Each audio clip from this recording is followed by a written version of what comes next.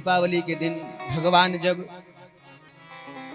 प्रातः काल उठे तो उठ करके जैसे ही देखा महाराज यशोदा मैया विविध प्रकार की व्यंजनों को बना रही हैं, प्रसाद बना रही हैं। बहुत सुंदर सुंदर सुगंध घर के आंगन में विराजमान है, विद्यमान है। तो भगवान उठ करके सीधा रसोई घर में गए, मैया के पास जाकर के मैया से पूछते हैं, मैया आज क्या है जो आप इतने सुंदर सुंदर पकवान बना रही हैं, सुंदर सुंदर भोजन बना रही हैं। मैया मन में विचार करती हैं कि कन्हैया के जो प्रश्न हैं वो बहुत उलझे हुए होते हैं, सुलझे हुए नहीं होते। यदि मैं इसके एक प्रश्न का उत्तर दूंगी तो ये दो प्रश्न और कर देगा। तो मैया ने कहा, पुत्र इस समय मेरे पास समय नहीं है, तुम एक काम करो, नंद बाबा बाहर ही हैं, अपने पिताजी के पास जाओ, उनसे पूछो जो पूछना है, मेरे पास समय नहीं है, मैं इस समय भोजन बनाने में व्यस्त हूं। तो भगवान उठ करके नंद बाबा के पास गए। नंद बाबा के पास जाकर बड़े प्रेम से नंद बाबा से पूछने लगे, कथ्यता में पितः कोयं संभ्रमो व उपागतः किं फलं कस्य चोद्देशः केन वा साध्यते।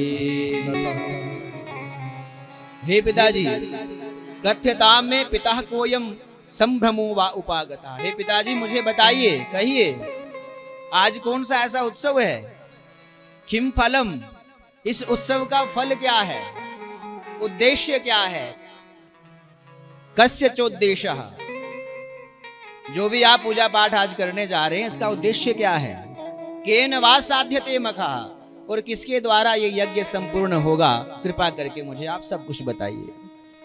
नंद बाबा ने देखा कि बालक अब इस प्रकार के प्रश्न कर रहा है तो बताना चाहिए।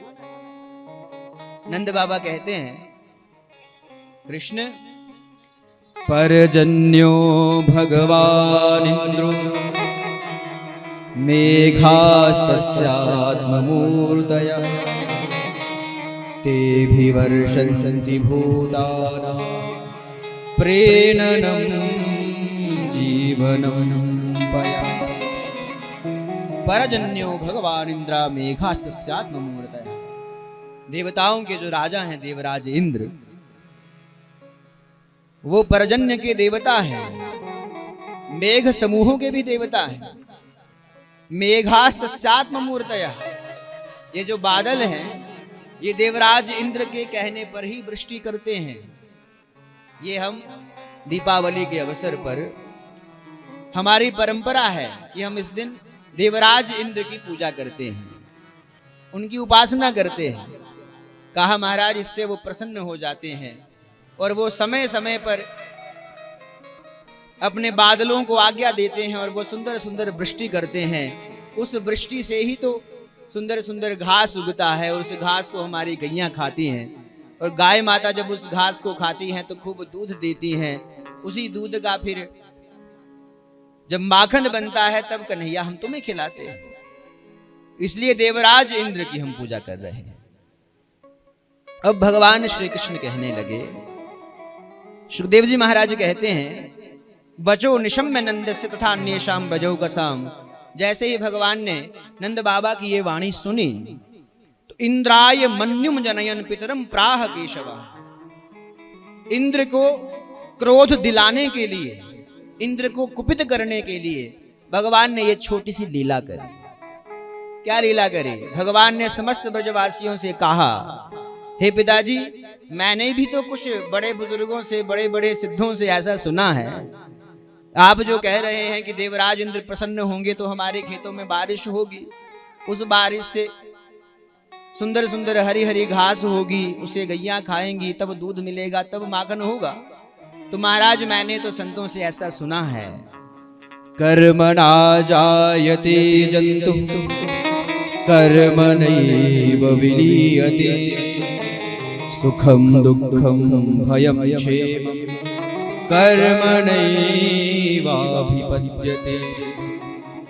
कहा महाराज मैंने तो संतों से ऐसा सुना है, कर्मणा जायते जंतु कर्मणैव विलीयते।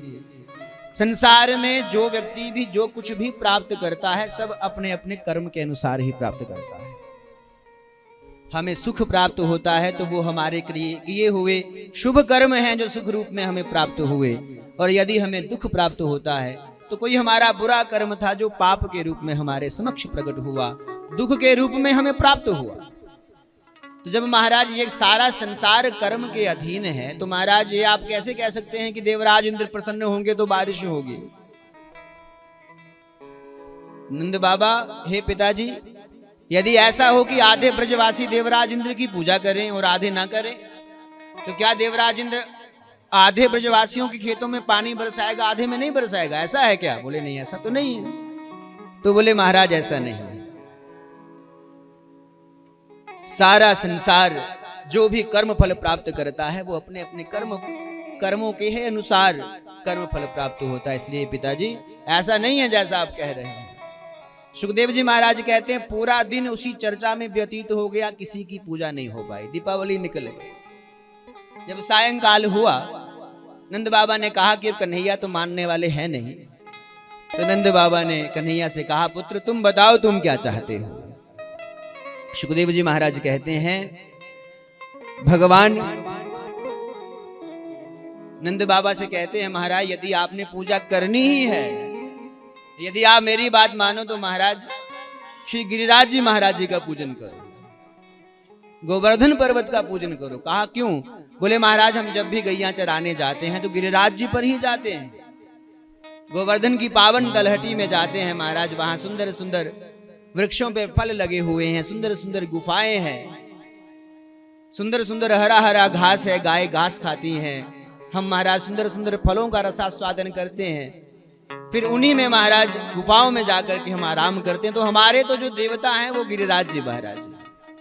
तो पिताजी मेरी बात मानिए, तो समस्त ब्रजवासियों को इस बार मेरे साथ गिरिराज जी का पूजन करना चाहिए। नंद बाबा ने कहा कि अब कृष्ण के साथ कौन वाद विवाद करे, ठीक है जैसा तुम कहते हो वैसा ही होगा। समस्त ब्रजवासियों को कहा कि कल महाराज प्रतिपदा के दिन, दीपावली के दूसरे दिन, कहा महाराज गिरिराज जी का पूजन करेंगे।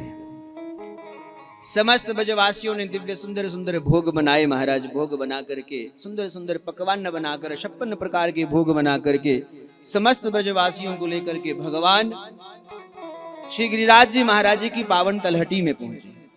तलहटी में पहुंच करके नंद बाबा ने कहा, बताओ कृष्ण आपके भगवान का पूजन किस प्रकार करना है? कहा महाराज कुछ नहीं, पहले मेरे भगवान को स्नान करवाया जाए। अब महाराज समस्त ब्रजवासी लगे महाराज जल लाने यमुना जी से।